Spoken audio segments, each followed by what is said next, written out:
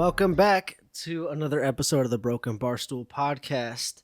Today, our very special guest, Rodrigo Juarez. How are you, man? I'm doing good. What's up, guys? Doing fantastic. It's always good to have Roy back. Always good to have Roy. And of course, my right-hand man, Orlando Venegas. Fuck, on the right. Yeah.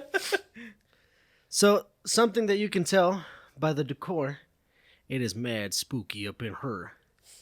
So, we're coming into this. This is our favorite holiday, and we've talked about the seasons changing in the last few episodes, a couple episodes. And we're just celebrating this season. This is our Halloween special. I know a lot of you guys reached out to us and sent us questions to answer. That's going to come towards the end of the show. We're going to make sure that everyone who wrote in has a little time to shine. But if you can notice one particular thing, if you're watching this video, but if you're not, I can explain this. We're going to share a mimosa to celebrate this time and celebrate Roy being here. It's a little bit earlier in the day today, so I thought mimosas would be fitting. Oh, I want to say cheers to you guys. Cheers. And cheers to our beautiful camera woman today, Megan. Thank you so much. Thank you, Megan. Crispy. Oh, fucking love That tastes those. really good. That is bomb, yeah. That's something I would pay $9, $10 for sure. More. Yeah, for real. Oh, yeah. No, but so going into this, I want to get all of this initial stuff out of the way because this episode is jam-packed with holiday stories and theme, and we want to give this holiday its absolute best because we love Halloween. We love Halloween. Halloween's a shit. Yeah. It's always been my favorite holiday. I fucking love getting spooky. And, I mean, we got to do it right. So I want to jump right off the bat. Excuse me, hold on. Already fucking burping. It's the mimosa. It's the mimose. Excuse me. So I want to start off with this one thing. And I'm so excited. I know Orlando's so excited. You guys are going to be happy about hearing this. We've got merch. And here, give me just a second to reach over and grab it. We've been saying it forever. Here, Orlando, you want to prop this up? We've been saying this forever. Shirts are coming. Shirts are finally here. So here we go. The Brok'n Barstool shirt right there. And you could also get the Barfly sweatshirt or t-shirt. All of these are on an order-by-order basis. So you hit us up on our social medias at the Brok'n Barstool Podcast. You can also email us at brokenbarstoolpodcast@gmail.com. Hit us up anywhere you can find us on social media. It's still not up and going just quite yet. We'll definitely post when it's ready, but we're pretty much close to doing that now. Yeah, we'll post up these shirts, the designs, and pricing, and you guys can hit us up, and we'll get you some merch going. I mean, as always, we have the same. You get yourself a Brok'n Barstool coaster. We got stickers and keychains and pins. Yeah, we got all sorts of stuff. Yeah, hit us up if you guys want any of that. But yeah, now that was taken care of, another thing that I wanted to go about was this. If you're watching this, you can see this bottle of Lagavulin 11-year sitting front and center in front of our Brok'n Barstool beer cooler.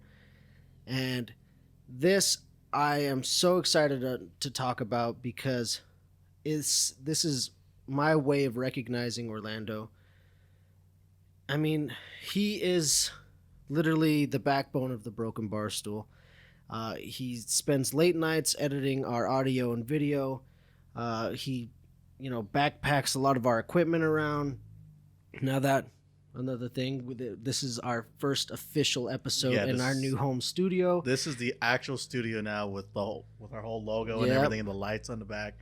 It's so cool to finally see this come all together. And it's only fitting that it happens to be on Halloween. Oh yeah. So, yeah, anyway, back to the whiskey. So this Lagavulin, I got for Orlando to thank him for all of his hard work and dedication to make this podcast great and help us expand and keep moving forward. And if you know anything about Orlando, he is a big Parks and Recreation fan. Oh yeah.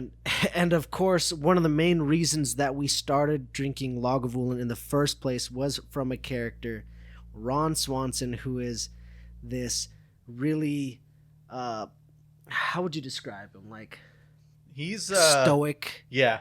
very stoic. He's like libertarian. he's like a no bullshit kind of guy too. Yeah. Like He's a no bullshit guy. He's straight. And just the same way he drinks his whiskey is dude. Lagavulin neat. Give him a couple fingers and a glass, and that's our drink there, man. What's fucking cool is that, like, so back then, when Parks and Recreation first came out, this wasn't around. Like the Lagavulin with the Nick Offerman edition, that was not around. He talked about it on the show like a couple times, and I remember he would just pull it out of his desk and just take a couple drinks. And it's so cool now to finally see like a Nick Offerman edition. Yeah, he actually owns a certain percentage of Lagavulin, I believe. Oh shit! They said it on the show, and I thought it was kind of just part of the show. Yeah, but it is actually it's actually true. He owns part of Lagavulin. He has a partnership of it. Obviously, you know.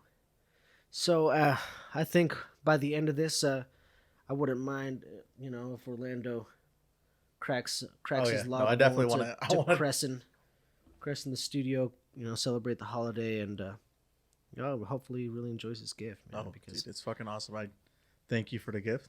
Yeah, he deserves it. It's fucking sick. Actually, I was kidding about. So he said he got me something, right? And I was like, if it's not Ron Swanson, I don't want it. And it turned out to be this. I was like, oh shit! Like I was kidding, but yeah, yeah, it all came back, man. It's awesome. I'm super excited. I really want to try it. I'm so excited to try it. But I mean, I feel like we got the majority of our stuff taken care of, right? Yeah. So we went over the podcast room, we went over Halloween, Lagavulin. Let's get into this special. Oh yeah. Let's get into this special. So, if you know anything about Halloween, you should first start off with where jack-o'-lanterns came from. Do you guys know where jack-o'-lanterns came from? No idea. I actually don't know. Yeah, welcome to class, bitch. All right, I guess Sprocken's the jack-o'-lantern, you hear that? I guess I gotta fucking go to school today. Yeah, so I'm just give this like a quick rundown. So, a jack-o'-lantern, the story goes of this person named Sticky Jack, and this is way back when. So Sticky Jack was something of a trickster.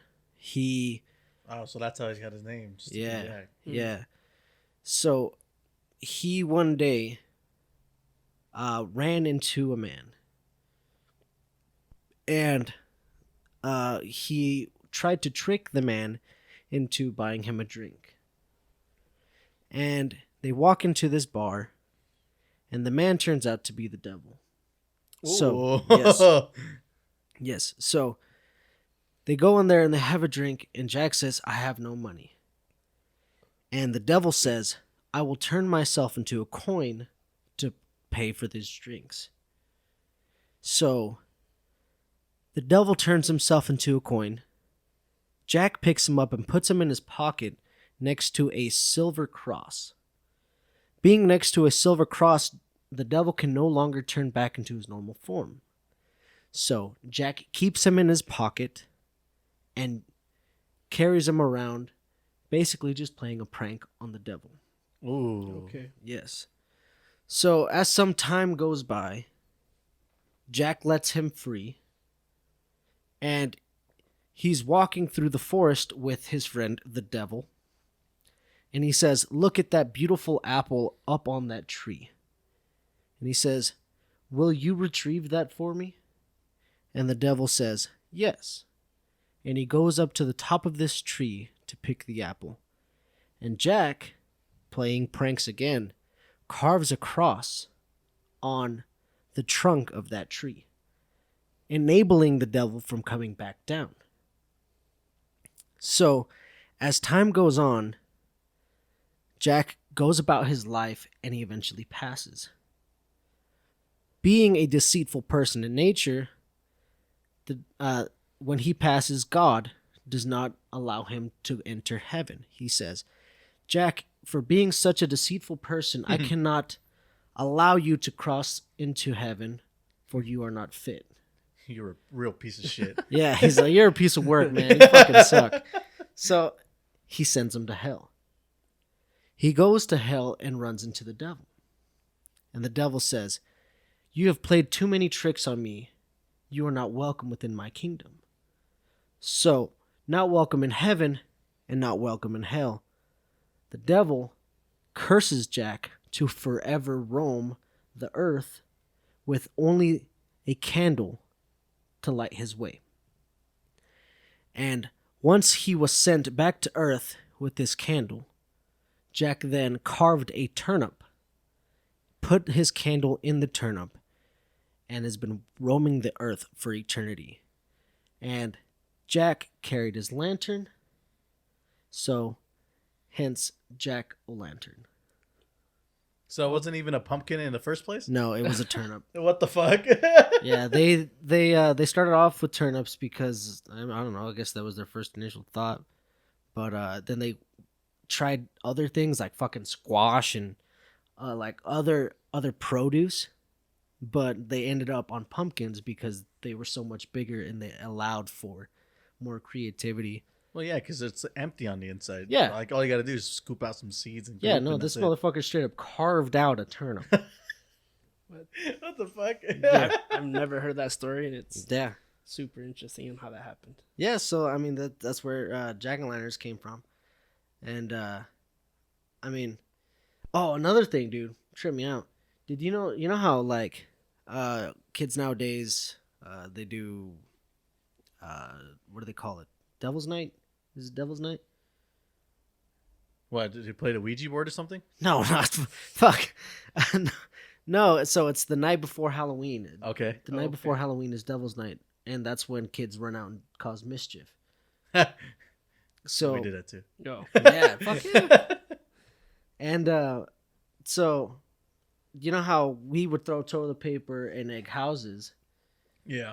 They would break windows with rocks, like back in the 20s, like 1920s, late 1800s. Yeah. They would throw cabbages, Damn. a full head ass of cabbage, and they would throw rocks at business windows. Fuck, now I wonder who's worse, us or What? them. Yeah, dude, that's crazy shit. And this is how heavy duty these kids were back in the day, man.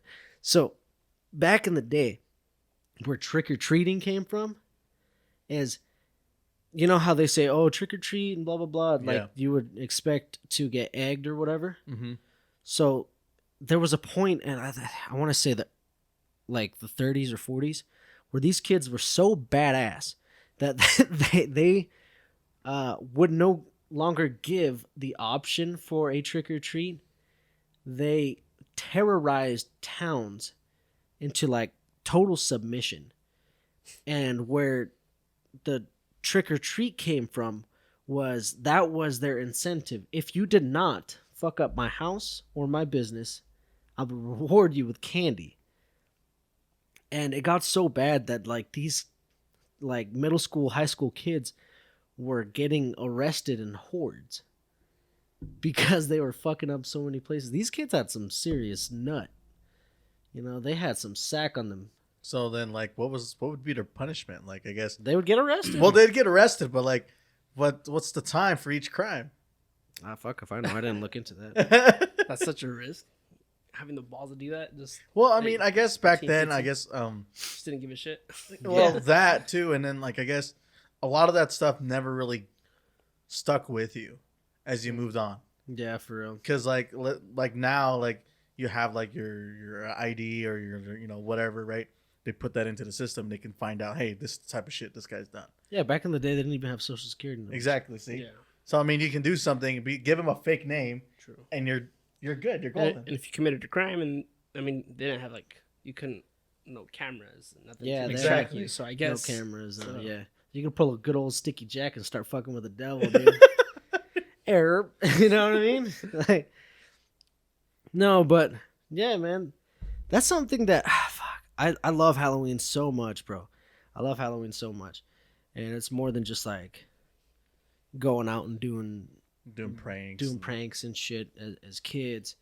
But I love that adrenaline that you get from scary stories and from going out and doing some of that stuff. I'm not talking about, causing destruction to the town. I'm talking about like going into a place and experiencing that adrenaline rush of the paranormal or of whatever thing that you're doing. Yeah, like the thrill of The thrill, yeah. I like fucking with ghosts. So. Yeah, dude, fuck with ghosts.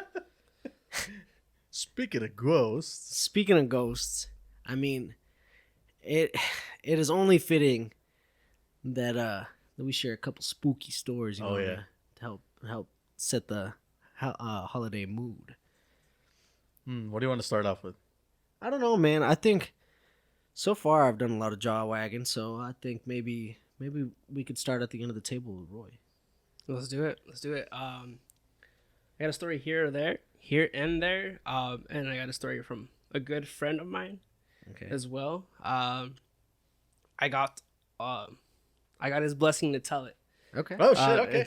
And so hopefully I tell it right. I've heard it more than a time or two. So this good friend of mine. So his room is located down in the basement. Spooky shit happened Yeah. in the basement, dog. And at his house, and there's no windows. Like now, some houses have some access to like some window light. Oh, okay. So But like, this some is light not- can come in. yeah. This is just straight fucking darkness. Yeah, Advanced it's hella darkness. dark, and Advanced and so he was telling me, and he even showed me they had some. So I'll talk about the end result later, but he was saying that he was in his room, in like the middle of the night. He woke up and he looked at the corner of his room, and it's pitch black. It's dark, and you can hear like the water, like the pipes, like the water going floorboards, through yeah, pipes and the floorboards creak at night. So it kind of just added to the feel. But he said in the middle of the night he felt like something was watching him, and like he saw like some eyes just kind of staring in the corner of the room. Yeah. And he was like, nah, it's nothing, whatever. And he like just turned around and just kind of, This is at his house? yeah, his house. Is this? Sorry, I don't mean to interrupt your story, but I'm curious. Is it an older house? Is there something? Yeah, well, it seems a little older. Not too sure when it was built, but it definitely does seem to have its years. Uh huh. I don't know if anything happened in the house. It's a possibility. But in his room, he just kept waking up, and he felt like something was watching him, like some eyes were looking at him, and he just had this like feeling that somebody was just like right next to, like kind of Yeah. just eyeing him. And so he decided, you know what, I'm gonna just turn on the light, and he like had to talk himself into it. He was like, nah, I'm not gonna do it. Fuck it, I'm gonna do it. And then he turns on the light. But he said in doing that, he felt like some scratch on his chest, and he showed me the scratches, and yeah, he Jesus legit has some Christ. fucking scratches. Yeah, I know who you're talking about. I've seen it too, dude. It was. And I was like, no, I was like, nah, Is there's this a person, no way. Is this a person that I know? Yeah. Yeah. Okay. All right. We'll keep Yeah. them anonymous, but we'll talk off here. And it was such a trip, and I was like, no, there's no way that happened to you. He showed me. He's like, he did have some scratches, and I was like, what the fuck? At first I was like, I don't know if I want to hang out, bro. Like, hey man, you're looking a little cursed. Give me some bad juju. But yeah, he told his grandma, and his grandma came in and blessed the house and blessed his basement with holy water. And I've had my mom's house blessed. Just a little side note. Oh yeah, Yeah, it's hella trippy. yeah. We've had our house blessed in Mexico too. There's some things that happen, some trippy things that have happened there too. Yeah. But that was probably like he does some other stories that I probably can't tell. Well, I can tell them, but not as well as he would be able to. Oh yeah, And he's got he's got had some his stories. good share of experiences. Yeah. I believe it. No, man. See, that's just like that's like an introduction to. See, that's not a ghost either, dude. Yeah. That's a demon. Yeah, I don't know. Don't tell me. That's a demon. I left dog. that bad juju back there. Shit, I don't know, bro. Because ghosts don't harm people. Ghosts they just chill, right? I bet. They might play pranks or some I shit, bet. but If I was a ghost that heard that shit, I'd be like, I bet. I bet. no, ghosts are typically they're not harmful. Like they typically just like to play pranks. Yeah. It's demons the ones that are like Well, actually I- hurt. But that's what we're told. So how would we? Very really true. know? Very true. That's what we're told. I don't know. But yeah, man, that's I don't know, that stuff starts getting my blood going, you know what I'm saying? I start getting mildly rocked. And let's just keep this going, man. I think more between the three of us, we have more than enough stories to share. Yeah. Oh yeah. I got another one. If I want me to Yeah, tell dude. it, Let it rip. pass it dude. on. So I don't know what you guys know about or feel towards white owls, lechuzas. Yeah, I know that. They sent Was they that myth. Yeah. yeah they say they tend to represent death. Yeah. And so and this happened in Mexico. It's like a really Mexican, like It's like Folklore? yeah. yeah. Folklore? Yeah. But crazy thing though, in this instance, we were just hanging around 2-3 in the morning, just honestly just drinking and just hanging out, and the friend that had this past experience that I just told, he was there too, Fuck. and He's got shit following him everywhere. and some of his cousins were there. We're just hanging out, and they're just talking about stories and what they've gone, like what they've been through and what we've experienced. And we were just driving around, and we passed by this lady's house who had a white owl right by her, like on the pole of like by her house. Yeah. And the coincidence would be that that lady was actually didn't have much time left. She was she was actually Yeah, so on it was her last moments. She was getting ready to kick the bucket. And they and we were like, what the fuck? And then we just started talking about white owls and what they represented. See, same with like my family too. My parents shared this one with me actually. So it was because we own a farm, like my family owns a farm, and it's kind of out there, like in the country, right? Yeah. And they were just there at night, and they hear the hoot of an owl, right? And there's some trees, kind of like a good like 500 feet, maybe like off to the side, and they see the owl. It's a huge owl, they said, and they got like immediately scared because of that. It means that someone's time is coming up, someone that they know. And they actually rushed home.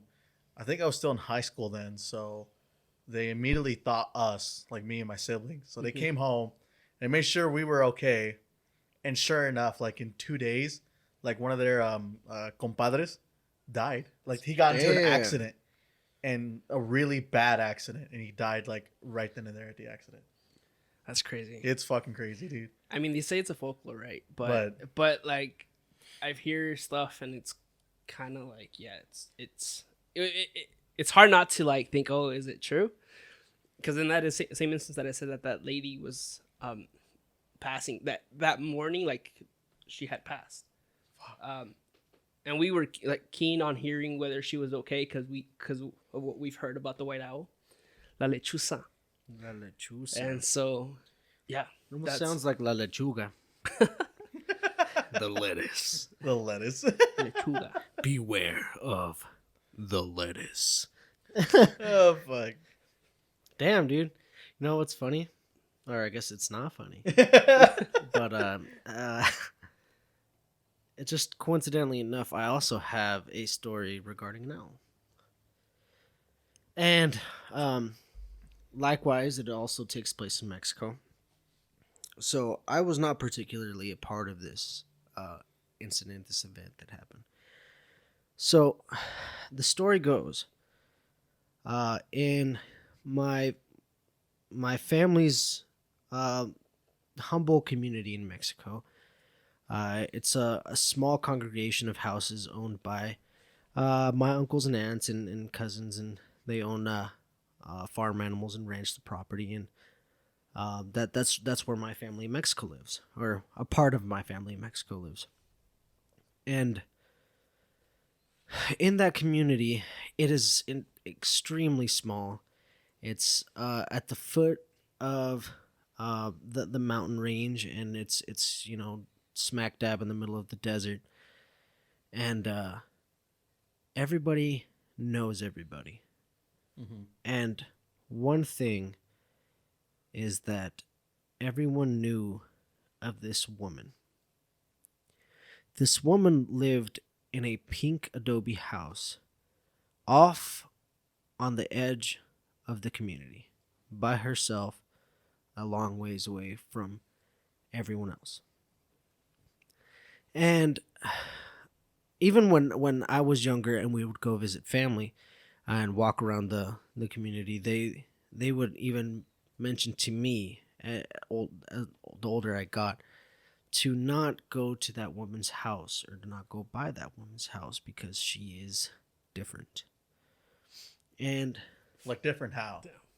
she was different in a way that didn't quite make sense to most people. Did it spook people or did it just put them off? So she practiced like a dark art. She would Like Brujeria. exactly, like Royce Brujeria or witchcraft. And that was her moniker. That was her identifier. She was known as a witch. That was the little tale that oh no, she's a witch, blah blah blah. And so they said that she would do voodoo and attempt to curse, and she was involved in satanic rituals, and she would damn. inflict these things on all of those who negatively impacted her. So if you had an interaction of some kind and you offended her, or you did something to her physically, she would retaliate with these satanic rituals or voodoo or whatever to get back at you. And the reason why she got this reputation is because when she would perform these things, obviously in the privacy of her house, but she would tell that person in public that you've been cursed or whatever. And, she would say these things like, what do they call it? La mal de ojo or something like that. Okay. Yeah. Is watching you or whatever. And eventually these people would get sick. And these people would have an extensive trend of bad luck. And people started to make the connection that it was attributed to this woman cursing these people or using her witchcraft. So in the beginning of this, I mentioned an owl. So the owl comes from the story of this woman shape-shifting, supposedly, right? This is the way that the story goes. The way it was told to me. So the owl comes into play because it was told that she would watch the people she felt had wronged her in the shape of an owl. so as to go about her business inconspicuously. And that reputation began to, uphold. So this came from family members of mine. And they had said that someone from the family had insulted her.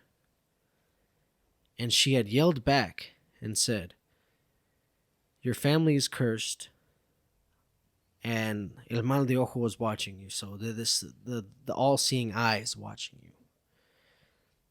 And as time went on, nothing really seemed to change.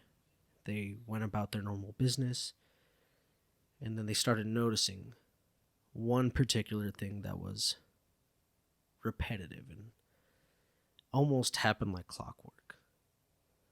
Around 3 a.m., they would hear hooting from an owl. Fucking owls.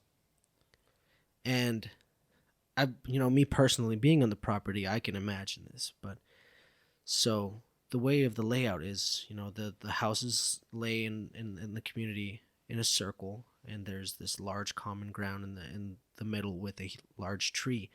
And then towards the end is an open-ended side going into pasture with nothing but a barbed wire fence.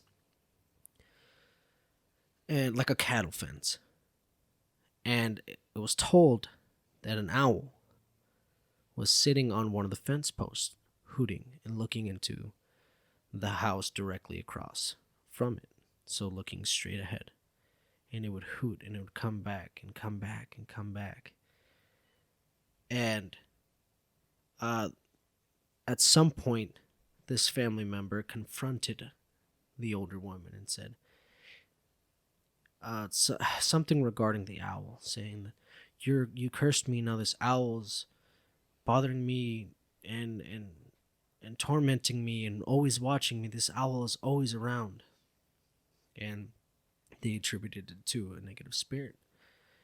So one day they had seen the owl and it was hooting and staring. So he drew his gun. It's a .44 revolver. And opened fire on this owl. Completely clearing his barrel. And seeing that the owl flew away, he assumed he missed. And lo and behold, the next day, going into town to go about their business, enter the market or whatever, the old woman was not there, conducting her normal day-to-day business. And day after day, they noticed that that woman was no longer there. Oh, fuck. It makes sense. And then someone had mentioned, they said, "Have you seen such and such person?" They said, "No, I haven't seen her in multiple days. It's starting to seem off." And they said that she's sick. They said she was sick. She does not leave her house. So this person, curious to see what the older woman was dealing with, had from a distance observed the house. And as she walked outside to retrieve her mail, was seen with blood-soaked bandages around her midsection, walking with a cane as if she had been shot. So the rumor goes is this woman is a witch. She shape-shifted into an owl to observe the people she was cursing and tormenting. And when this person opened fire, he actually hit the owl, which in turn, hit the woman. Yep. Pretty crazy, man. I'm assuming eventually killed her. I think she was old as hell, but I mean, if she's a witch, she's probably like 10,000 years old and whatnot. But Probably had some sort of potion to fix that. That's great. Hey, had you ever seen her? I have not. I have seen the house though. Yeah. Apparently, she had a monkey. A monkey? No shit, she had a monkey. But How did a monkey end up in fucking Mexico? I don't know. People have monkeys here. Yeah, but this is America.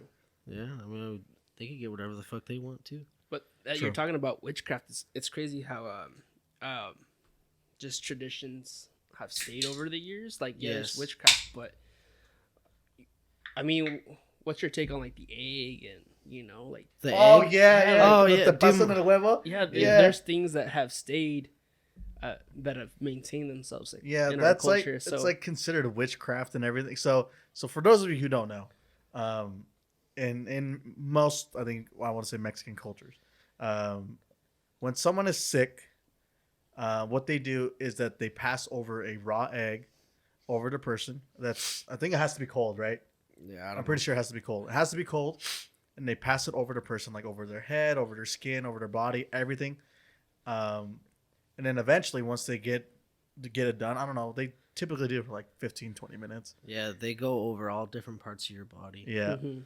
and then they crack it, and they put it in like a glass vase or a glass cup, and it pretty much, if like the egg looks like it's like boiling almost, Or you know, 'cause, cloudy. like, yeah, cloudy, yeah.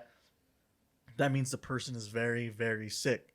Or if it's like, not as cloudy, then it's not as bad. But supposedly, what it's supposed to do is that it's supposed to like, it's taking the sickness away. Yeah, or from like the person. cleanse the negative Yeah, stuff from you. Yeah. exactly.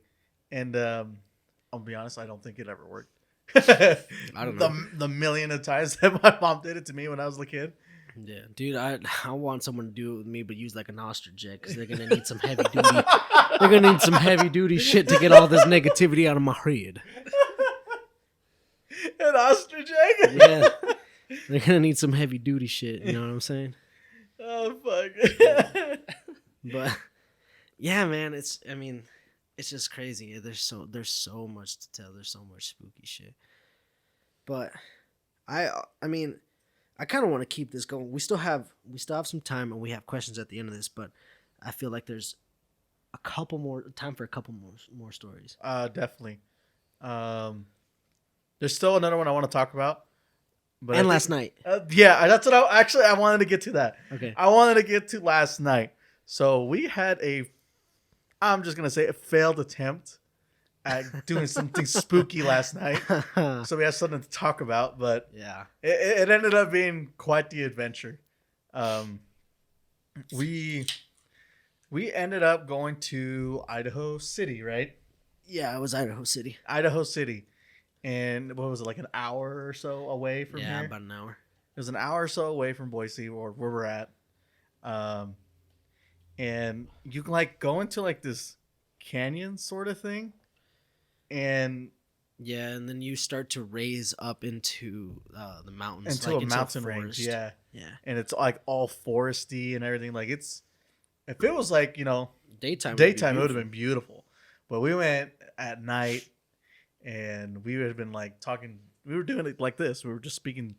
We were talking like some spooky stories. We were listening to spooky stories, so we were trying to like spook ourselves. Yeah. And we get to the town, and I shit you not. Okay, this is no offense to anybody in Idaho City, but when it's dark and you're in Idaho City, that looks creepy as fuck. That's like an actual ghost town. Yeah, it's straight up Yeah. ghost town. It like if you look up any old Western movie, but plant that smack dab in the middle of Of a forest? Yeah. that's what it is. It's an old mining town. Oh, That was fucking scary. Well, not scary, but like it was creepy. Yeah. It gave off those vibes that were just It like definitely set the mood. Oh yeah. And then we were actually gonna go to their cemetery, Yes, and which is deep in the forest. yeah, so you have to like go all the way through town, and the GPS was taking us down this one road, and Juan was driving. And he's like, he looks down the road. He's like, nope, I ain't going down that road. It's pitch black. The only light on that road at all is the light coming from my headlights. And it's just surrounded and totally engulfed, being swallowed by the darkness of the forest. And it was an unpaved road. It was dark, and we were just following it deeper and deeper into a forest, going and seeing fewer and fewer houses. So you Mhm. know you're going, in it. And then we get up to where the cemetery is like at, but then there's this big ass sign that says, "Hey, trespassers will be prosecuted if you enter." And I'm like, I don't think we'll be prosecuted. I think we'll be shot if we try to go Yeah. in. Idaho City is definitely that place. I mean, I feel like yeah. So my brother actually has one of these signs that says that we don't call the police, and it has a picture of a handgun. Oh fuck! Yeah, I feel like they don't call the police. Oh yeah, no, they didn't. No, they definitely don't. They shoot and ask questions later. Shoot first, ask questions later. So yeah, we didn't end up going in there because we're like, we don't feel like going to jail or anything else, Or getting right? shot. Or getting shot, right? Yeah. So we turned around, and then I had the This idea. motherfucker. So Jesus. when we were coming in, right, when we were going through town, I noticed a couple bars and they were open, and like there was one that had quite a bit of cars there and everything. So I was like, let's go try that bar out. Let's go see what it's like here in Idaho City, what the nightlife is here. I was actually curious about it too. I was like, this would be cool. I was I know, right? interested. To be fair, When I first brought it Yeah. up, he was pretty well into it. I was pretty into it because they look like an old western saloons, and I was like, kick ass, let's do it. Let's do it. Orlando, let's tell them what happened. Okay. Tell them about the bar. What was the name of this bar? You want to say it? It was the Gold Mine. It was Gold Mine Restaurant / bar or something like. It had lots of names attached to it, but Yeah. it was like Gold Mine something. And we go actually through a side entrance. We don't go through the front. We go through a side entrance, and right off the bat, like it's all just plywooded inside. Like nothing's like really like done, Like done nicely. no finished interior. No, exactly. Nothing at all. The floorboards, you were sinking in some of them. Like, Yeah. you stepped and you're like, oh shit. You thought you were going to fall right through. Yeah. And we go through, then there's an actual entrance. And it's like all or wood or whatever it is. And it looks really nice. Yeah. It looks really sick. And we go through the front door, and it's just country music blaring, right? Yeah. And- With a come and get it flag on the wall. Off to the left, I saw like instruments and stuff. So I'm like, oh shit, maybe someone's gonna be live here. music. Yeah, I was like, hell yeah, this is gonna be a sick ass vibe. And then we turned our attention forward, and then there's this Small crowd of people. yeah, very small crowd of people. You could definitely tell they all knew each other. When we were walking by, one of the guys was just like, "Oh, well, we've been waiting for you all night," and I was like, "Okay, Yeah. this is like not the right place to be." And everybody is like, it's like you can tell like they're definitely not like no city folk. Like they're all Yeah. they rough it out there in the country or in the woods or whatever, right? Yeah. No, these guys. Let's put it this way: this is the first amount of melanin they've seen in quite some time. And between Orlando and our friend Roy here, that's a whole lot of darkness that they don't usually partake in. You know what I'm saying? They got quiet there for a quick second. Yeah. Oh yeah, all eyes were on us when we came. That was the through. most uncomfortable I've ever been. Oh, dude. I've never walked into a bar and had everyone in the bar stare at us. Yeah. Oh, I mean, the only thing that would make it even more awkward is if they stopped the music to look at us. and I think this was what 12:30 now. Yeah, it's about Yeah. 12 o'clock. 12:30, somewhere around there. Yeah, midnight. And then Juan takes us pretty much to the corner Yeah. booth. Yeah, The most corner booth away from everybody. I did not want any part of that business. Like, man, I felt so uncomfortable, and I was really on edge from all these people like staring at us. And okay, so you usually go to a bar, they pat you down or whatever, and they some bars will like metal detect you or whatever. Yeah. Everyone, or not, it felt like everyone had some sort of a weapon in this bar. There's one guy who openly came in with a straight like 6-inch blade strapped to his hip. Oh, dude. Yeah. He was like a 6'4", 6'5" tall, skinny guy, long hair, big beard, and just an intimidating looking dude with a freaking hard piece of iron strapped to his freaking hip. Yeah, this is definitely not the bar where you want to start shit at. Yeah. And I told Orlando too before we even picked a bar to go to. I was like, man, I feel like one of us is getting our teeth knocked out. Oh fuck. Well, anyways, we sit down, and we're still getting looks. Obviously, like I can definitely see like people are just looking our way, and then the waitress, I guess, right? Yeah, bartender. Bartender, comes to us. You know, she's like not your typical bartender either. Yeah, I thought she was drunk. Yeah, me too. To be honest, I thought she was drunk. I'm gonna admit she was probably a little, a few drinks in for sure. Yeah. She took our order. We actually ordered their mystery beer. Yeah. Yeah. Big ass mug. Oh, She yeah. said, "This is $3. what we have on tap." I think she pointed at something. Or whatever. Yeah, she pointed at a few beers. It's like your regular, Bud just Light, Budweiser, exactly. Coors and shit like that. and then she's like, "Oh, and we have a mystery beer for 24 ounce for $3." And I'm like, "Yeah, let's fucking do that." Yeah, so we all got a mystery beer, and It wasn't too bad, but I thought it was kind of dog shit. But it honestly, so here's what it tasted like to me. I straight up think that they just opened all the taps and then they ran the mug. they back and fucking forth. waterfalled it. Yeah, they just ran the mug back and forth until it was full. Oh, That's what it fuck. tasted That's like true. to me. You couldn't quite point what it was. Yeah, I Was had it- no No. fucking clue. Yeah. No idea. No idea what the hell that was. And then at some point when I was drinking this, I started to think to myself that they probably spiked our beers and we're gonna wake up strapped to a wall on the back of this bar. And I was like, God damn it, man! I just wanted to finish this beer and get the hell out of there. While all this time too, like people are always still giving us looks, and then they were dancing and stuff too out there. Yeah. Yeah, And they were like, it was weird. Dancing. There was some weird dances going on. yeah. It was slow country, but that's not what was going on. They were doing everything but moving slow. You know what I'm saying? Exactly. it was all hella weird, and I was like, all right, let's finish this. Let's get the fuck out of here. Yeah, dude, that was a real deal honky tonk.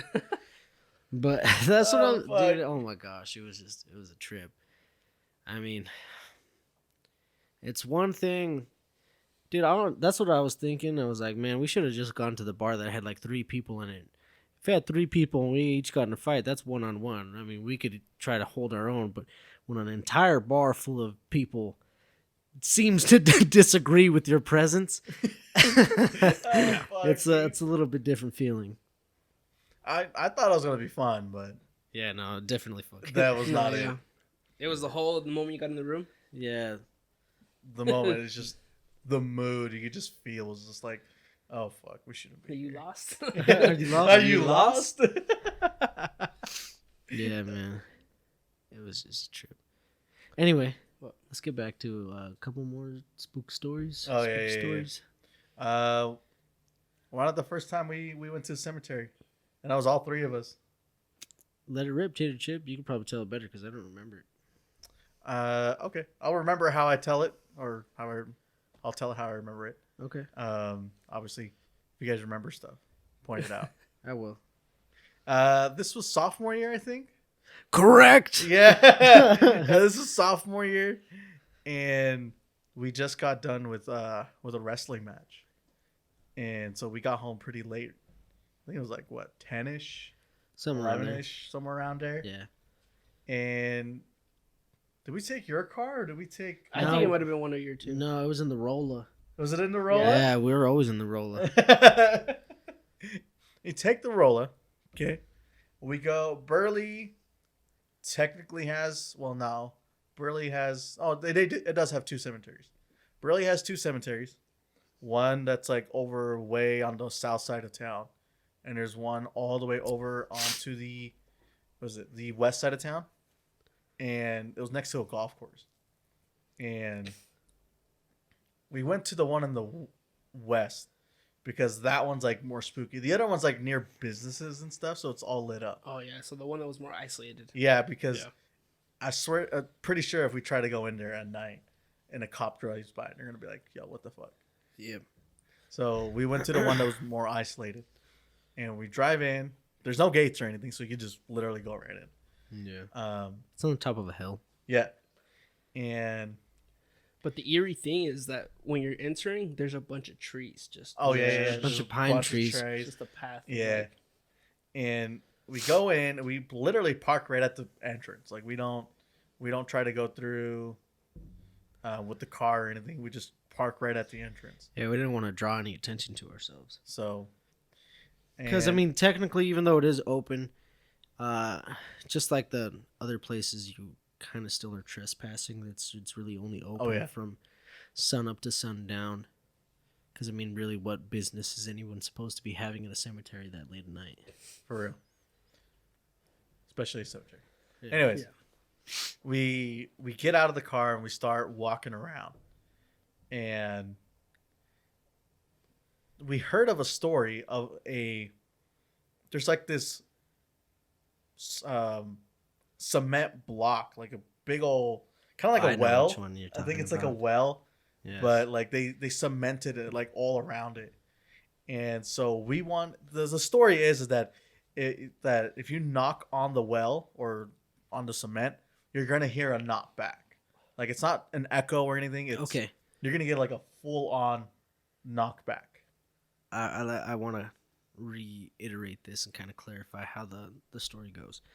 So, also just a side note. At this point, we were like trying to be amateur ghost hunters too. So we were trying to record shit on on our old cell phones and try to get like video recordings and super pixelated. He couldn't see anything. A ghost looked like something on fucking Roblox, and if you caught it on camera. It looked like something on what's that shit called that you play, the fucking Was it Minecraft? Minecraft. Oh yeah. But anyway, Pixelated. so we were amateur ghost hunters, really. We wanted to be ghost hunters. Yes.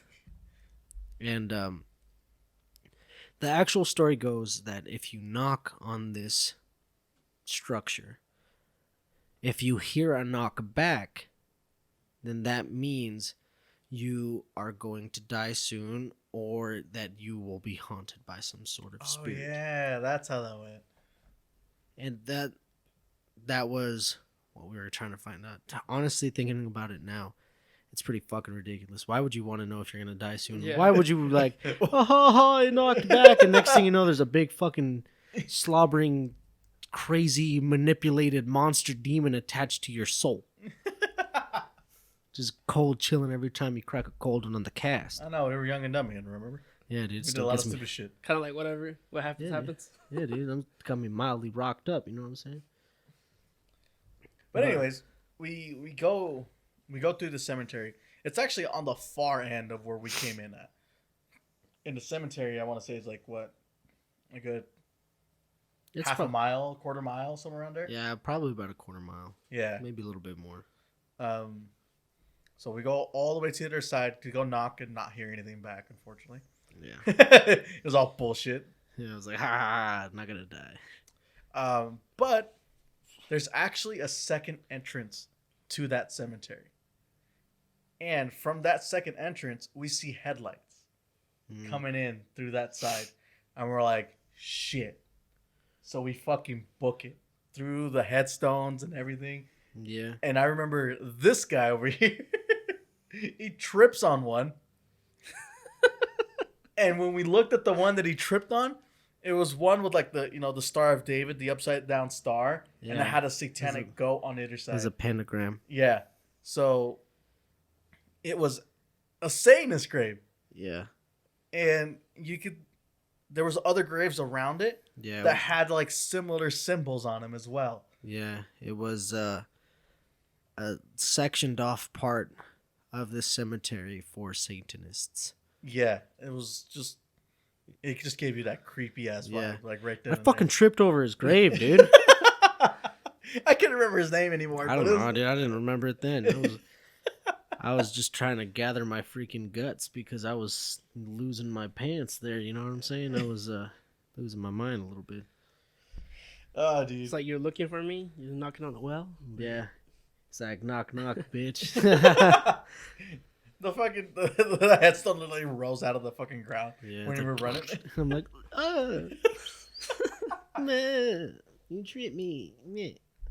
Speaking about basically looking for trouble. Do you Yeah. guys remember doing the little sticks? Oh, yeah. Oh, I thought that that's- was complete horse shit.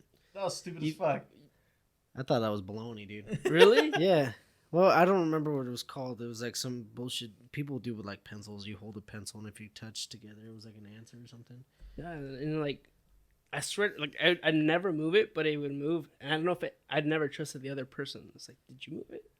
No, Yeah. I didn't. So I never knew if I was like for real or for Yeah, it wasn't. it never really seemed to work for me, I thought. But That wasn't the only time we went to that fucking cemetery too. yes. We went there another time, and Fuck a lot. Why the fuck? Why? I don't know. Now that I I think don't- about it, why? this time though, we parked the car actually over by the road. We didn't go all the way into the cemetery. We parked it Yeah. over by the road, and Oh, we walked in through the gates down that creepy path with the trees and everything. I'm not gonna lie, that's not the only times that I've gone. Dude, we've done it so many times, though. I also did it in Mexico, and that's where like Yeah, fuck that. I did it too. I did too. And it was bad. so we like that one group that we said where we saw the white owl.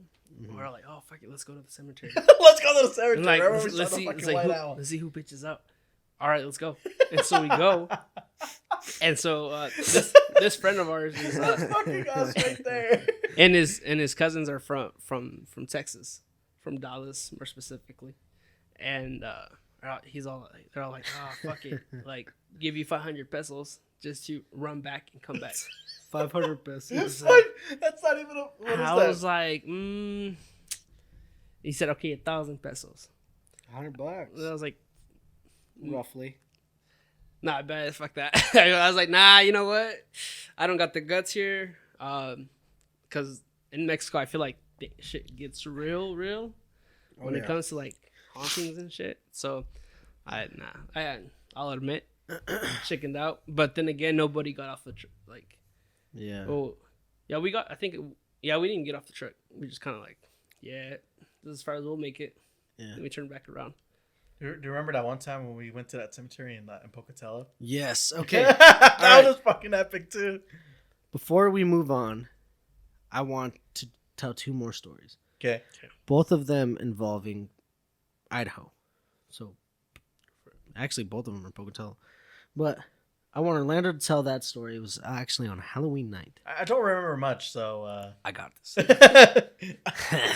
So it was Ah. actually Halloween too. Yeah. It was actually literally Halloween, and so it was during college. So Yeah. obviously we went to a Halloween party. You know, Yeah. got pretty sauced, and we had this bright idea at like 1 or 2 in the You morning. know what?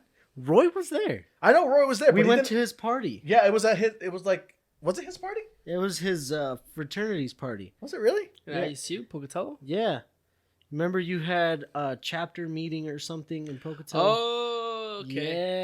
Yeah. Okay. Yeah, we went to It's that been party, and it was whack. We stole a bunch of beer from those people. Hey, wasn't that day too that what's it called?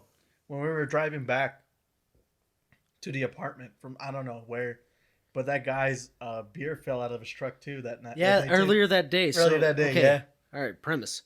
So earlier that day, it was a good day. It was a fucking hell. I got a tattoo that day. Yeah.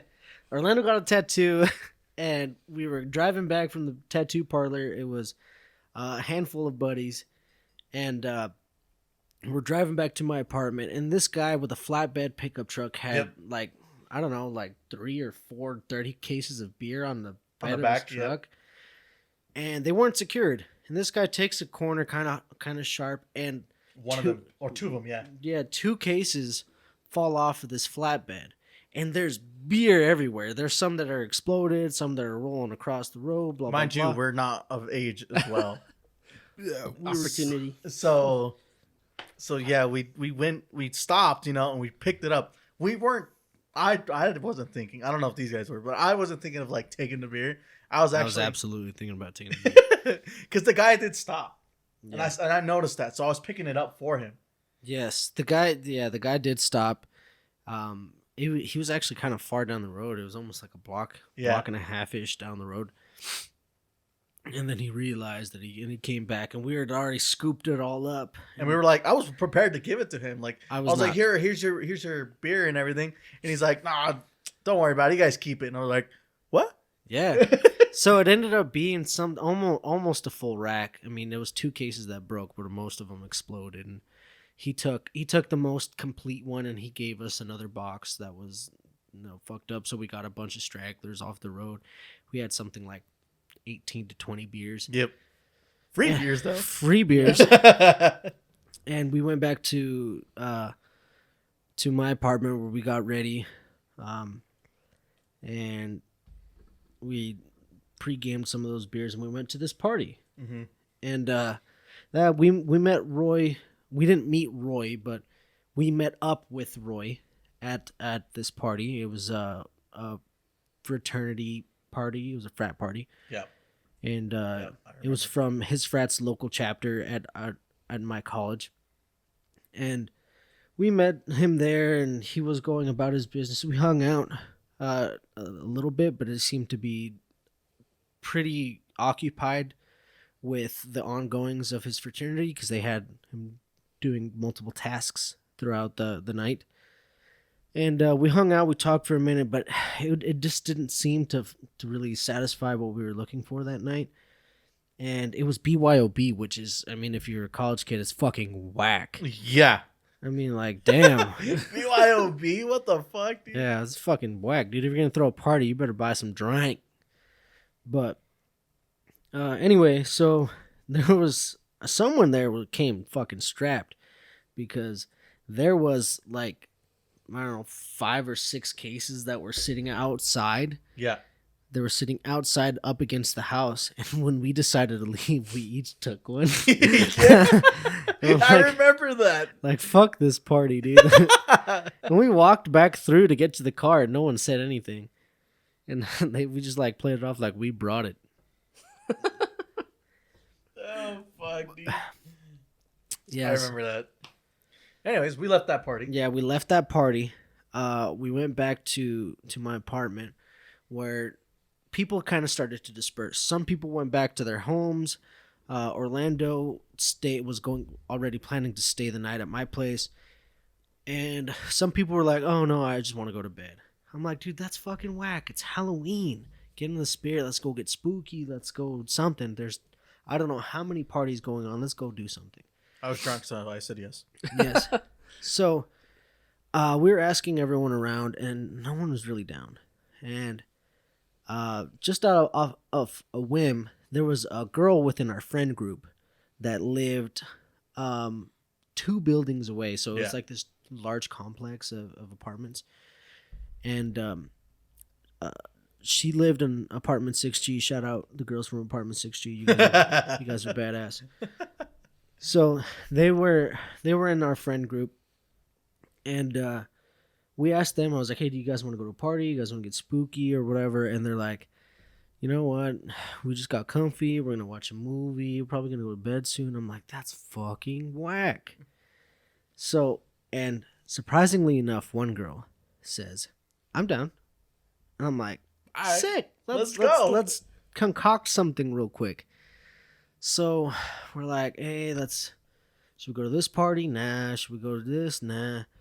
And then we're like, let's get spooky. And they're like, okay, what are you thinking? And we're like, so about, I don't know, maybe 2.5 blocks so, there's a cemetery. Yep. that butts up against this hill. And the entire cemetery is completely crowded with different trees, oak trees, pine trees, small shrubs. It's very, very full. And it's fenced. Yeah, and it's fenced, not with a normal like chain link fence, but with like a large iron rod fence. Yeah. And the other half of the cemetery is newly developed. Yeah, it was a pretty long. It was a large cemetery. It was like at least half a mile. At least. Yeah, probably a little longer than that. It was very large. And so, like, lo and behold, it's a clear moonlit night. And to not draw any attention to ourselves in any way, because we cannot park a vehicle on that. without being noticed. No, it's kind of like on a busy road too. Yes. So like you obviously definitely can't park there. That goes to like the main entrance of the ISU campus. Yep. Yep. So what we do is we hoof it. We walk there. And we go through the far entrance. Like I said, at this point in time, that last part of the cemetery was undeveloped. And they had a gate that wasn't finished. It was like a large arc, open gateway, but the gate doors had not been installed yet. A large portion of it was not even fully fenced off. And the majority of those plots were unoccupied. Mm-hmm. So we're walking through this basically open grass field with scattered 1 and 2 graves here and there throughout. And big old trees too. Yeah, and Down this path. large mature oak trees and pine trees throughout. Yep. Deep in the main part of the cemetery, there's a large, like, I don't know, castle-like shrine. I guess tomb. It would be a tomb, someone's tomb. It was a large, Oh yeah. I remember that. castle-like structure that was a family tomb of some kind. It was creepy too, going Yeah. down that path. It was. Like stupid creepy. Like at any moment somebody could just come from behind that tree and it could be like anything. Yeah, you could be fucked.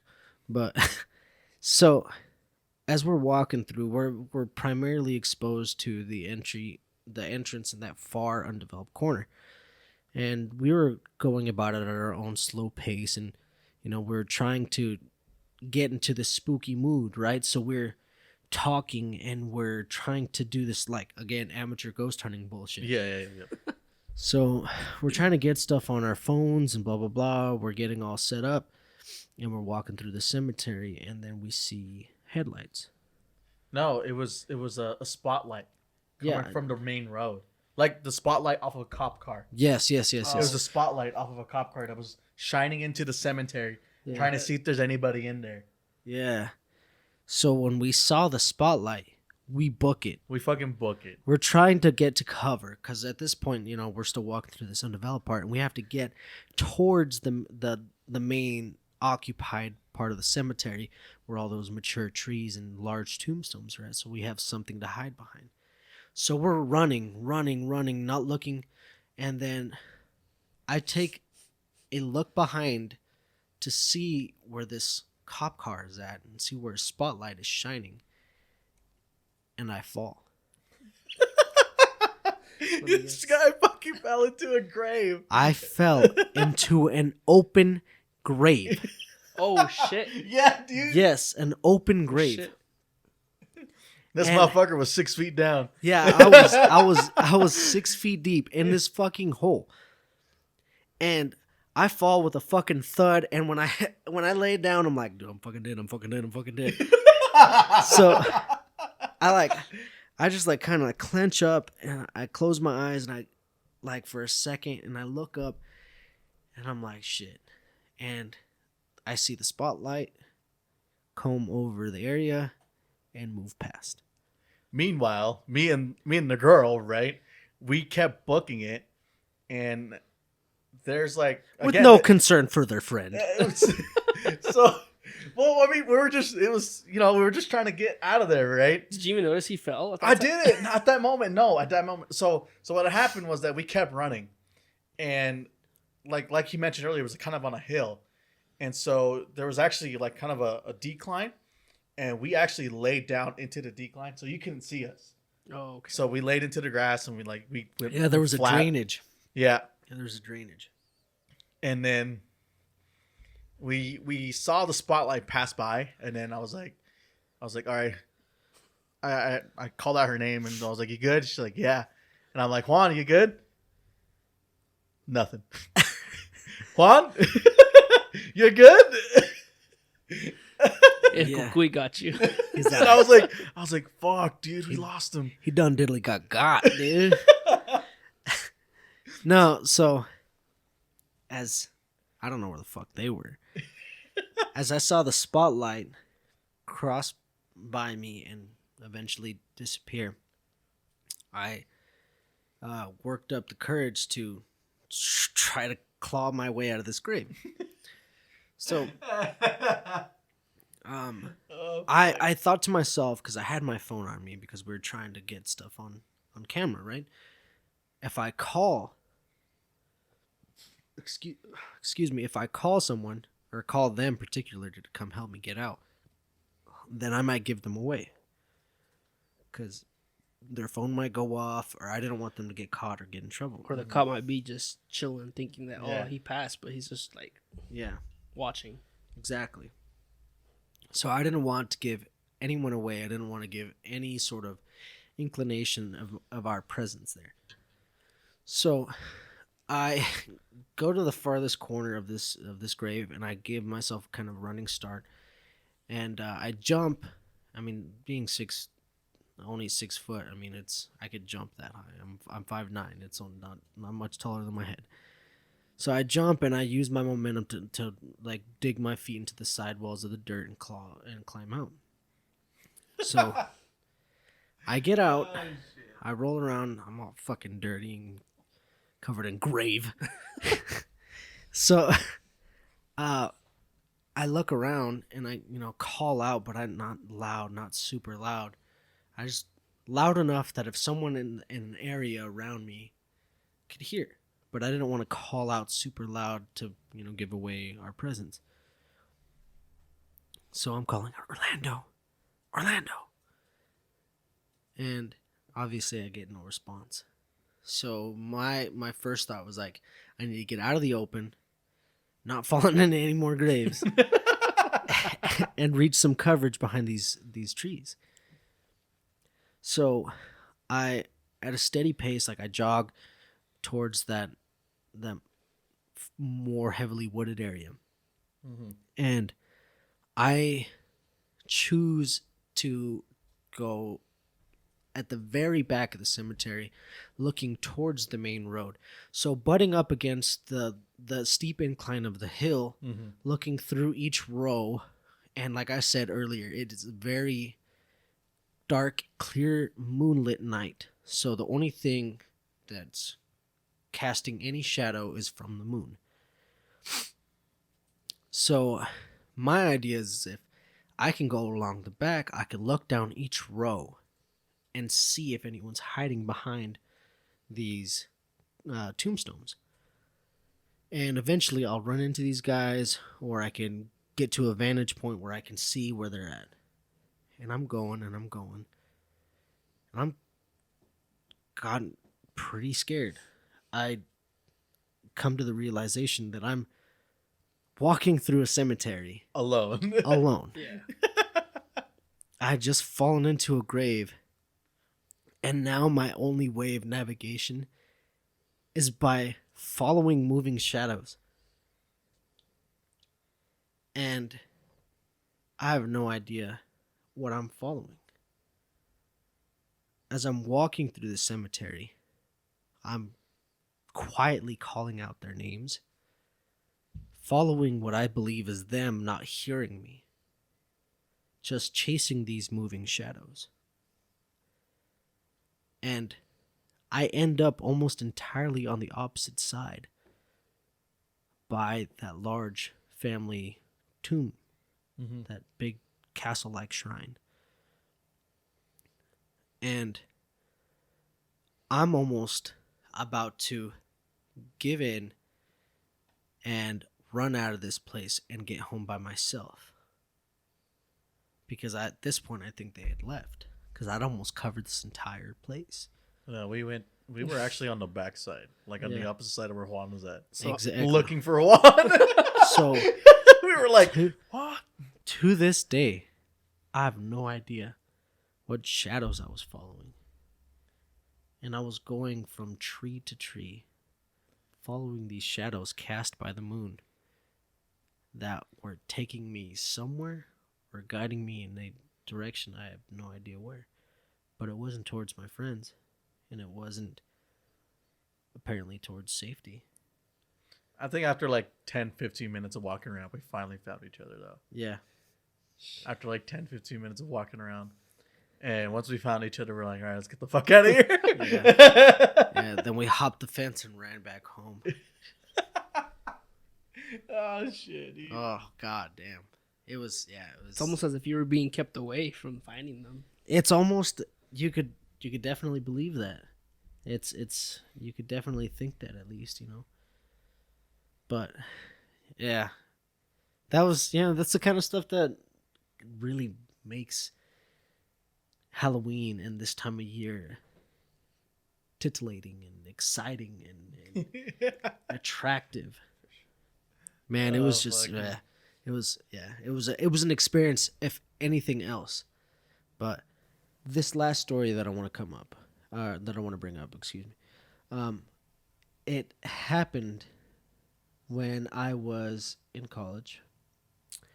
It was roughly around the same time as this adventure with Orlando and this friend of ours. And this one, out of the three of us, it only included myself.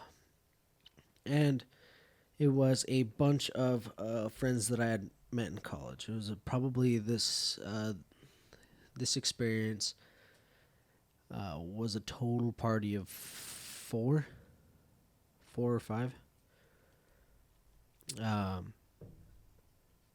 Yeah, four. Excuse me, four. So one of the things that I like to do, especially when it comes to choosing the attraction of like this haunted attraction or whatever paranormal attraction that I'm trying to get this thrill from, is I try to use local resources, right? So at that point in time, I was going to school in Pocatello, and the local news article released. The local newspaper released an article stating the most haunted attractions of Idaho, and lo and behold, 3 of which were in the Pocatello area. Sick. Yes, and this particular story is involving the haunted trail of Cherry Creek. So folklore goes that during the Oregon Trail and during colonization times, there was a lot of war and famine in the area with the local Native American tribe and the pioneers. Damn pilgrims. Yeah, the fucking pilgrims, dude. They're going hungry as hell. But so one of the things that ended up happening was that in this terrible time, they did not like to see their children starve to death, which was a common occurrence. These struggling families, they had no food to feed their families along their travels. And instead of watching their children die of starvation, they would drown them in the creek. Oh shit! What the fuck? That took a turn. That's I some did not messed expect up. that. Yeah. They would drown their infants and young children in the creek Instead of watching them starve to death. instead of watching them starve to death. I don't know which one's better, dude. I don't know. I mean, you die in 2 minutes or some shit, 1 or 2 minutes, or you die slowly over 2 weeks. Yeah, but you, the parent, has to go in there and literally put your child down in the water. Exactly. Or you, the parent, also has to tell your coherent child that everything's going to be okay as they deteriorate. Or you could take them out like Old West style. And just put them and leave it to the wolves. Or Old Yeller. Take them around the back of the barn and show them the business end of a rifle. Pick your favorite. This was rough times, you know what I'm saying? But there was a lot of suicide and like family homicide suicides and stuff like that because of the rough nature of this journey. So it happened to be that along this trail, Pocatello was, established as a homesteading area, and it eventually grew into a civilization and, a town. But the story goes that if you walk down this trail at certain times of the night, you can hear the activity of the people wandering for their families. And you can particularly hear activity around the creek. You can hear what it sounds like is people exiting the creek. You could hear what sounds like bodiless voices extending out into the empty space surrounding you. You can hear subtle rustling, just like any physical activity in the area. Like it was alive again. Like it was alive again. So we read this article. We gather up this group of friends, and we pile into my buddy's Tahoe. Well, it was his mom's Tahoe, and it was actually, for the time, it was a fairly new Tahoe. So we pile in to this SUV, and two of the fellas with us are from Alaska. Myself and my hometown friend. We get to this place, and it's the dead of night. I have to say probably like 11, 12 at night. And we pull up to looks like a small parking area where people, I don't know, walk or take pictures or whatever, but there's an unpaved trail that you walk down, and it's completely dark. There's small patches of light where moonlight penetrates through the canopy of the forest, and that's, other than your own man-made lights, that's the only thing illuminating your way. So no advanced darkness. Yes. No, that's basically advanced darkness. You're in pitch black, other than small speckled points of moonlight coming through the forest. Advanced darkness is total fucking darkness. Total darkness? It's total darkness. Okay, yes. No, it's not advanced darkness. Was it all cloudy or? No, it was clear. It was clear. There was moonlight that was illuminating to an extent. Even with your eyes adjusted, it was hard to see. So, as we're going along this trail, I was particularly cocky. I just had some sort of sense about this being a hoax. Oh, yeah, it's on a local newspaper. I highly disbelieve any of this is true. Mm-hmm. So, in a sort of arrogant, cocky manner,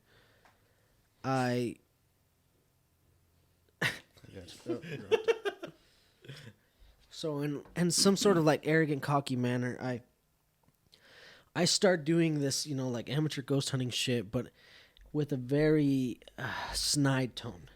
I'm walking around, and we're completely quiet amongst ourselves, and I'm basically scanning from side to side with my phone, calling out things to these spirits. As, for instance, is anyone there? Mm-hmm. But, in my tone, I'm like, is anyone there? If you can hear me, come out, reach out, touch me. Yeah, told you. Provoke them ghosts. Yeah, I was very provoking. And I was like, if you have any balls, you'll come out and spook one of us. You'll make your presence known. If you are out there and you can hear me, attempt to contact one of us. And I was saying all these things with this cocky, snide remark. I was pretty dickish because I thought this whole thing was a hoax. Mm-hmm, mm-hmm. And this is coming from me, and I fairly believe in the paranormal. So I'm saying all these things, and we get to a bridge. We get to this bridge that crosses the creek. And I was mostly looking towards the ground at my feet as I'm walking down this trail. And I'm being an asshole to these entities out there. And this whole time I'm acting this sort of way. This friend from Alaska says, "Hey, you need to stop doing that. You gotta shut up, dude. Don't be saying those kinds of things." I'm like, dude, this is a bunch of fucking baloney, bro. This is a lot of hoopla. Yeah. And he's like, no, dude, I'm serious. You have to stop. You have to stop. I said, whatever, man. If you're scared, you go back to the truck. Bitch. Yeah. So we're walking down, and like I said, we get to this bridge. And like I'm in some sort of a trance in a sense where I'm just watching my footsteps. I'm literally just watching my foot go left, right, left, right, left, right. And next thing I know, I'm completely crossed this bridge. And two of my friends I look up and two of my friends are by my side. And I look back, and that kid who's saying those things like don't be antagonizing the spirits, you have to stop, you have to stop, he is standing at the other end of the bridge. He's basically saying that he's not crossing that bridge. I'm like, You got them vibes. why? I was like, dude, just Sixth walk back senses. to the truck, bro. Stop being such a freaking pussy. Like, come with us or go back. Like, I'm not gonna deal with this. Like, yeah, it's just spooky, whatever. And he's like, no, dude, you have to come back. Come back. Damn. And I was like, Sounds serious. dude, I gotta take a piss. And he's like, you know what, man? I'm leaving. And he starts to take a few steps, like, back. And the creek, like I said, we just crossed the bridge. So the creek wraps around, and I see, like, a clearing from the brush. And I go and I start, taking a piss in the creek. And Yeah, animal. yeah, basically. And my two friends are not far behind me, but I'm at the bottom of the embankment, and they're up at the top of this dirt trail. And next thing I know, I heard this sound. And it was startling in the sense of its like immediate nature. So it sounded like a large branch snapping. And I was like I said, I was at the lower embankment, and my two other friends were up on that dirt trail, and then that other friend refused to cross the bridge. And when I heard that, my first thought was someone's messing with me, or one of these guys like snapped a branch.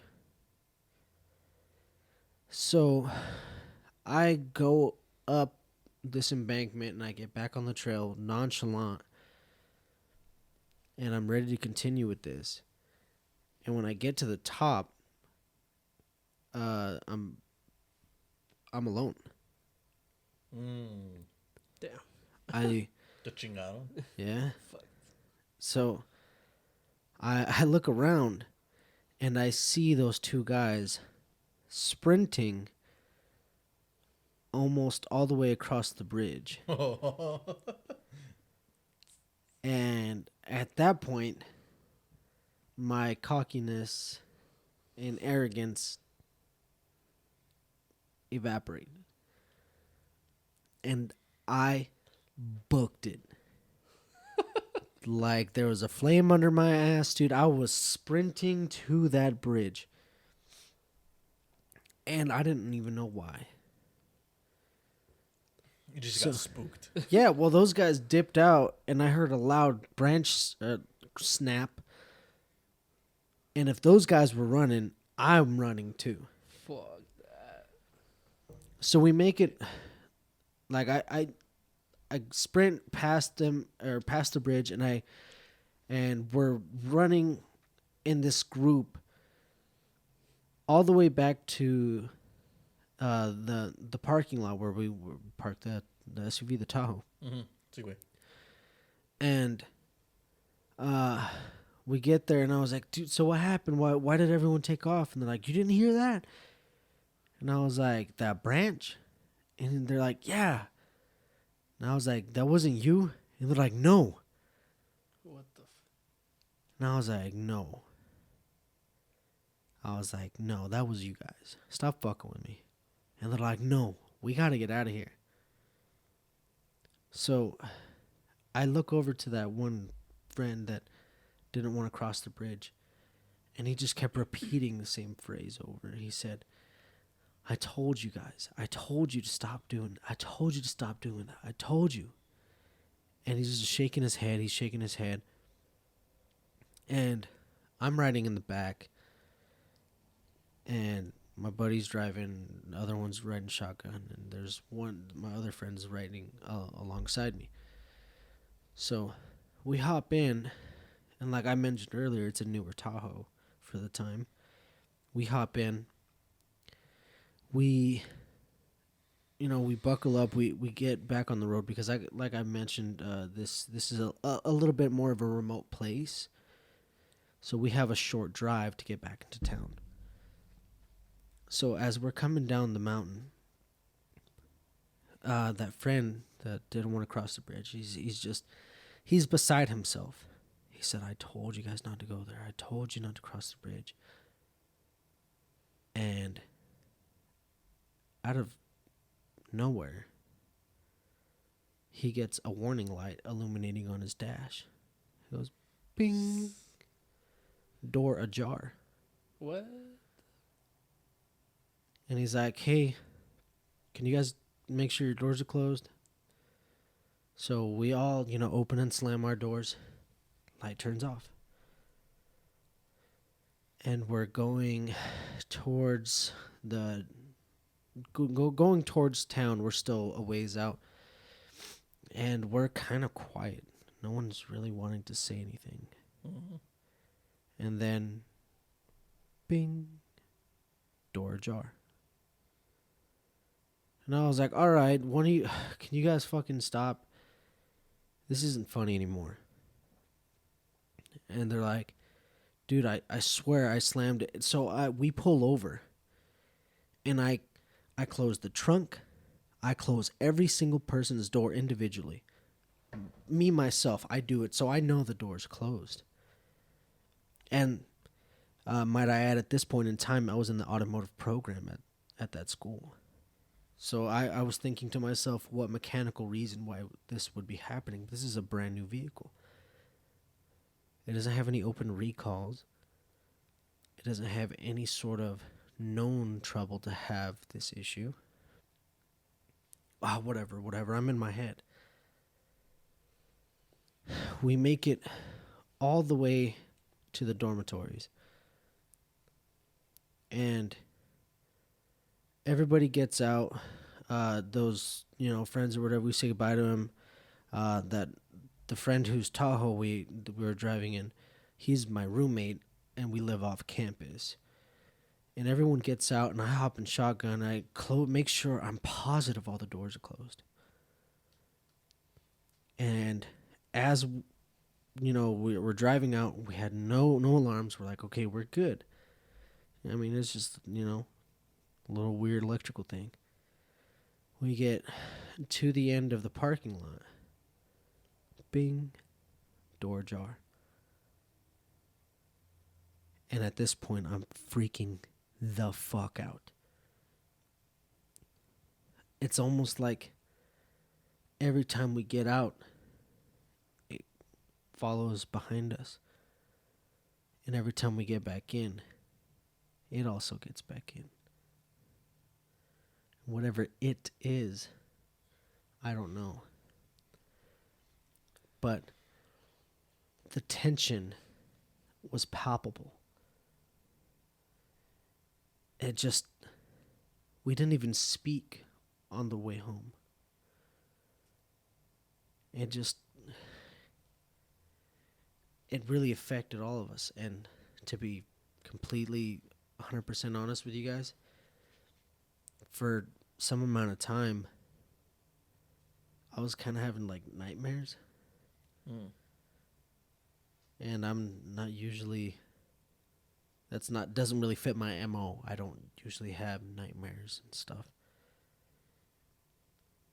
So I don't know, maybe something that I antagonized that night might have gotten its little revenge over a period of time. Just for going over a bridge. Well, I was being a dick. Very true. Very true. Yeah. But anyway, guys, I want to wrap this up here soon. I feel like we've reached the end. Orlando, we have some glasses here. I think we should cheers this very special episode with a nice glass of Lagavulin whiskey. And we'll send this one home. Here, I'll hand it to you. Okay. Let me see that. All right. Yikes. How do you open this bitch? It's a cork, so you can. Do have one quick question. Yes, sir. Would you ever go back there again? Absolutely. Would I have the same sort of demeanor? Absolutely not. I think. I want to go over that bridge. I'm curious. I'm curious to go. Yeah, dude.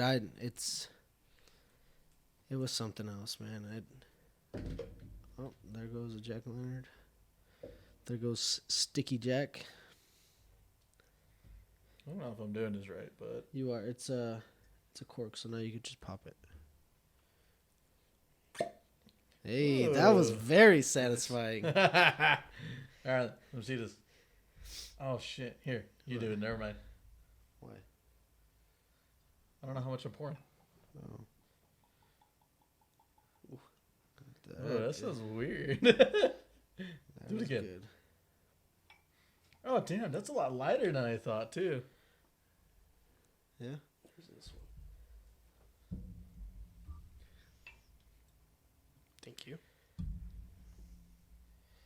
All right. You want to throw the cork back in there, bud? Yes. Oh. Yeah, so here we have Lagavulin 11-year Nick Offerman edition. Yeah. By the way, it is been aged in 11 years in a Guinness cask. Yeah. So this is a new one for us. All right. And well, guys, I just want to thank you, Roy, for coming out here. I know it's a long drive out from Moscow to come be in a podcast with us, but No, yeah, I appreciate it. Of course, my pleasure. yeah, and I was really excited. Orlando and I were really excited about putting this episode together. Like we've mentioned time and time again, Halloween this whole season is 100% a part of our identity, and we want to thank you guys, the listeners and the viewers. And we're gonna cheers with this nice glass of whiskey, and here, let's put them up. Let's do this. Cheers. Cheers. And as always, stay safe and be thirsty.